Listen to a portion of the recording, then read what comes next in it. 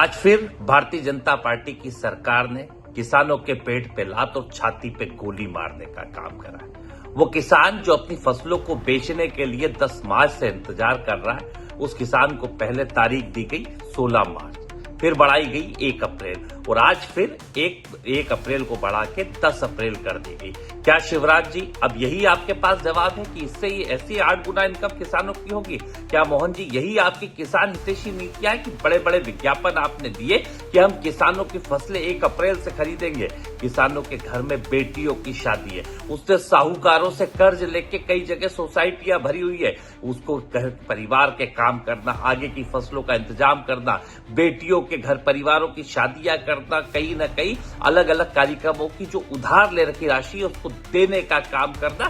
पर आपकी सरकार ऐसी निर्दयी सरकार हो चुकी है कि किसान अगर मंडियों में जाता है तो उसके जो गेहूं बिकते हैं समर्थन मूल्य पे नहीं बिकते, औने पौने दाम पे 1500 से 2000 रुपए कुंटल बिकते हैं। क्या यही कहीं एक बड़ी साजिश तो नहीं कि आपका जो व्यापारी है उस वर्ग को औने पौने दाम पे किसान की फसलें खरीदवा के और उस किसानों के माध्यम से फिर उस व्यापारियों के माध्यम से किसानों के नाम पे वो उनकी वापस फसलें खरीदवाने की जो तैयारी है? सीधे तौर पे एक बात है कि किसानों के साथ धोखा देना बंद करो, किसानों की हत्या करना बंद करो और किसानों के साथ आप जो रोज धोखेबाजी कर रहे हो, क्यों शिवराज जी अब जवाब दीजिए। यही 8 गुना इनकम का आपका तरीका है किसानों का? यही आपका तरीका है किसानों के हितैषी बनने का? भाषणों से किसानों का भला नहीं हो सकता।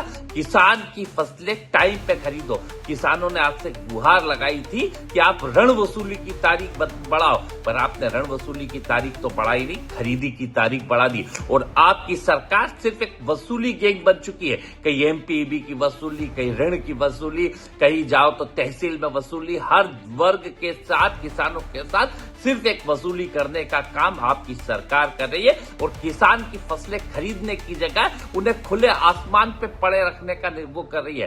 कल ओले गिरे, बारिश हुई और कई जगहों पे किसानों की फसलें जो खेतों में खड़ी थी, जो खेतों के बाहर निकली हुई पड़ी थी, वो सारी तबाह हो गई और किसानों का बड़ा नुकसान हुआ।